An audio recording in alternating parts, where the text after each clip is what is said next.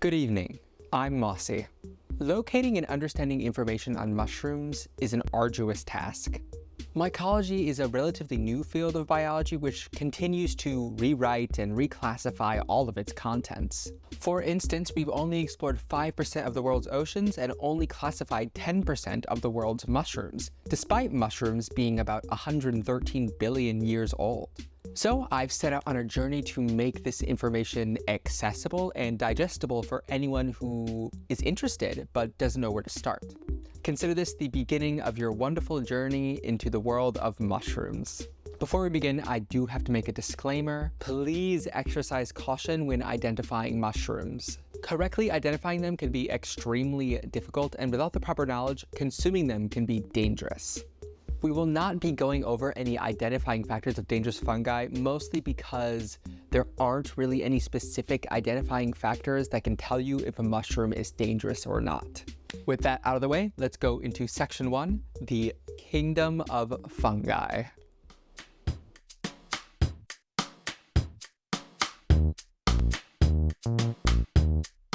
So there are 6 different kingdoms of life, the most well-known being the animal and the plant kingdom. And contrary to popular belief, mushrooms are not plants. They belong to their own kingdom called the kingdom of fungi.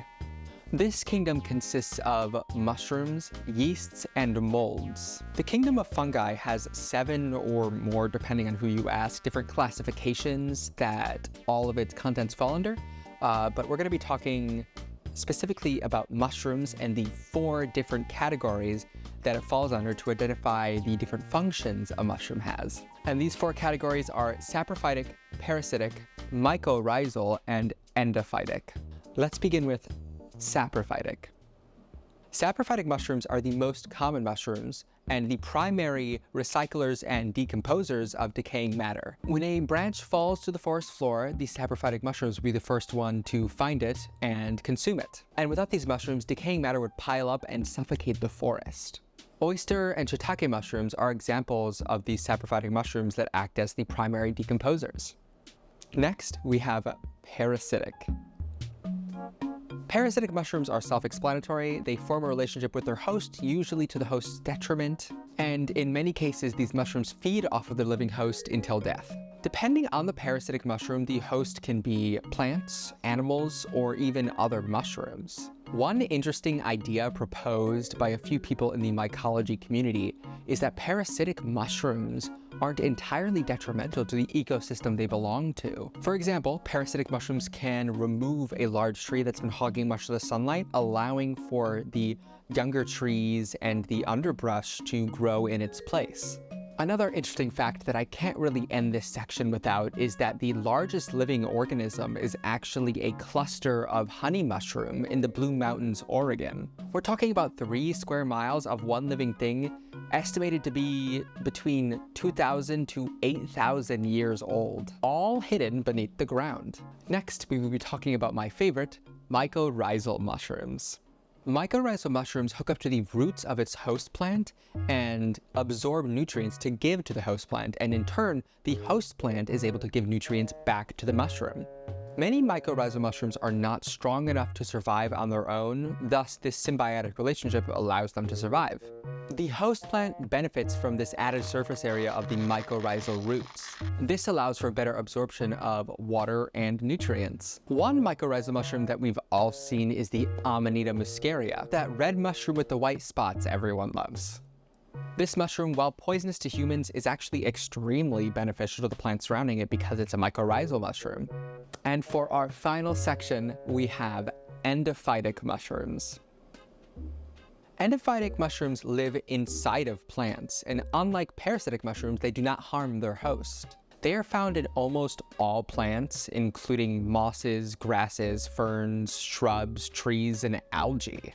But unlike mycorrhizal mushrooms that just interact with the roots of the plant, endophytic mushrooms interact with the entirety of the plant, which includes leaves, seeds, flowers, and even their stems. There are tons of plants that wouldn't survive without these endophytic protectors. These fungi are extremely hardy, bolstering their host's immunity to diseases by chemically repelling bacteria, insects, and even other fungi, much of which is done through the use of mycotoxins. Now that we understand the basics of the 4 different categories of mushrooms, you might be wondering, where do they come from?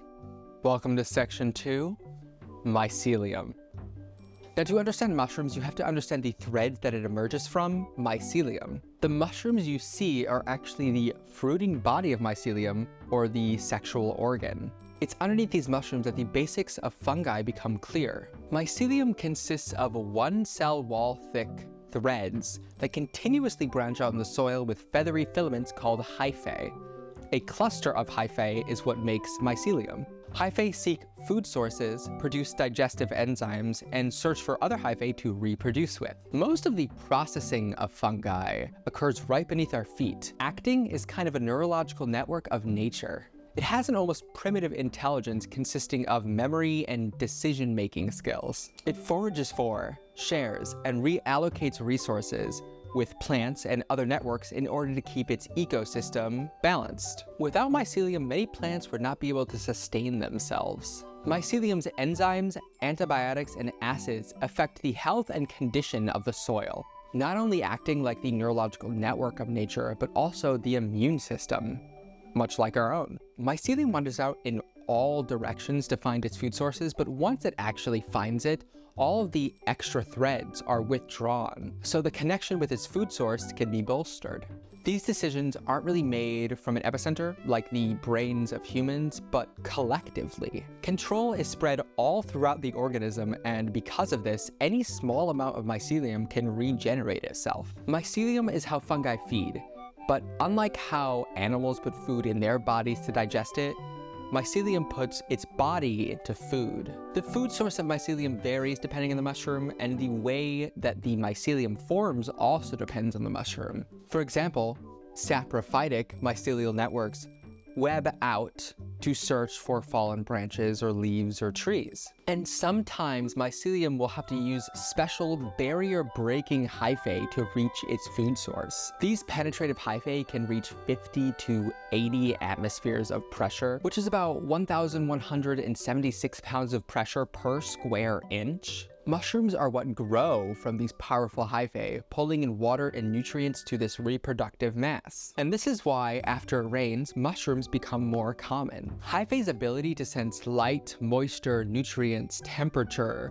electrical fields, and toxins make it a very powerful medium for communicating data. So, because the fungal network can connect to many of its surrounding plants, it can take in all this data and the health of the plants to determine what decision to make next.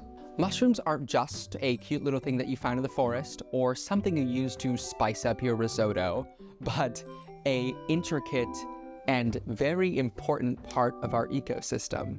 They mark the beginning and the end of life, consuming the dead and using those nutrients to give life new growth. They play a huge part in how the natural world functions. So I hope this video opened a new door of understanding and curiosity into their world. With these building blocks, the next time you encounter a little fungal friend, I hope you can spread the spore of knowledge. And who knows, perhaps you will inspire others to look a little closer.